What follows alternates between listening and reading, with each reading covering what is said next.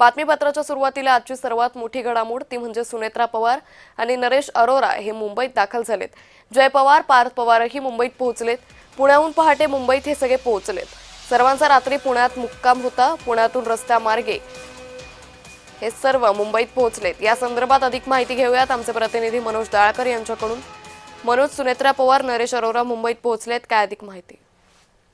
बरोबर अंकिता, आपण बघितलं बुधवारी विमान दुर्घटनेमध्ये उपमुख्यमंत्री अजित पवार यांचं निधन झालं आणि आपण म्हणतो गुरुवारी त्यांच्यावरती अंत्यसंस्कार हे करण्यात आले आणि एक नवीन चर्चा सुरू झाली की अजित पवार गटाचं आता अध्यक्षपद हे कोण असणार आहे, तसंच उपमुख्यमंत्री पद कोणाकडे असणार आहे, तसंच अजित पवारांची खाती ही कोणाला मिळणार या संदर्भामध्ये चर्चा सुरू झाली आणि त्याच संदर्भामध्ये आपण बघितलं अजित पवार गटाचे 3 नेते मुख्यमंत्री देवेंद्र फडणवीस यांच्या वर्षा निवासस्थानी दाखल झाले आणि त्यांच्याशी बैठक घेऊन चर्चा केली। त्यामध्ये छगन भुजबळ, प्रफुल्ल पटेल, सुनील तटकरे, धनंजय मुंडे हे नेते होते आणि त्यांनी चर्चा देखील केली आणि त्यानंतर आपण बघितलं त्यांनी पुन्हा एकदा राष्ट्रवादी अजित पवार गटाची बैठक झाली आणि त्यांच्यामध्ये कोण होणार या संदर्भात चर्चा झाली आणि त्यावरती आपण बघितलं आज सर्व आमदारांना, खासदारांना मुंबईमध्ये बोलवण्यात आलेलं आहे आणि या संदर्भात गटनेता कोण आहे या संदर्भामध्ये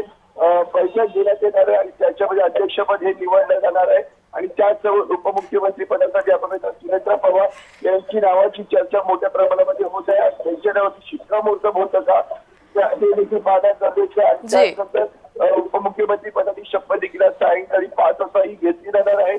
त्यामुळे त्या कोणाच्या नावाची शिक्कामोर्तब होतं हे देखील पाहणं महत्वाचं। पण या संदर्भामध्ये आपण सुनेत्रा पवार, पार्थ पवार, जय पवार आणि अरोरा हे देखील आता मुंबईत दाखल झाल्यात। काल ते पुण्यामध्ये होते आणि पुण्यावरून ते आज मुंबईमध्ये दाखल झाले सकाळी आणि त्यानंतर आणखी बैठक आहे, त्या बैठकीला देखील उपस्थित राहणार आहेत आणि या बैठकीनंतर उपमुख्यमंत्री कोण होणार आहे आणि अध्यक्ष कोण होणार आहे या संदर्भामध्ये संपूर्ण जे माहिती ही स्पष्ट होणार आहे। त्यामुळे आपण म्हणतो जे अजित पवार यांचं जे खातं होतं उपमुख्यमंत्री पदाचं ते कोणाच्या नावावर येतं हे पाहण्याचं महत्त्वाचं निश्चित। या संदर्भातले अपडेट आम्ही तुमच्याकडून घेत राहू। तुर्तास धन्यवाद मनोज, आपण दिलेल्या सविस्तर माहितीसाठी।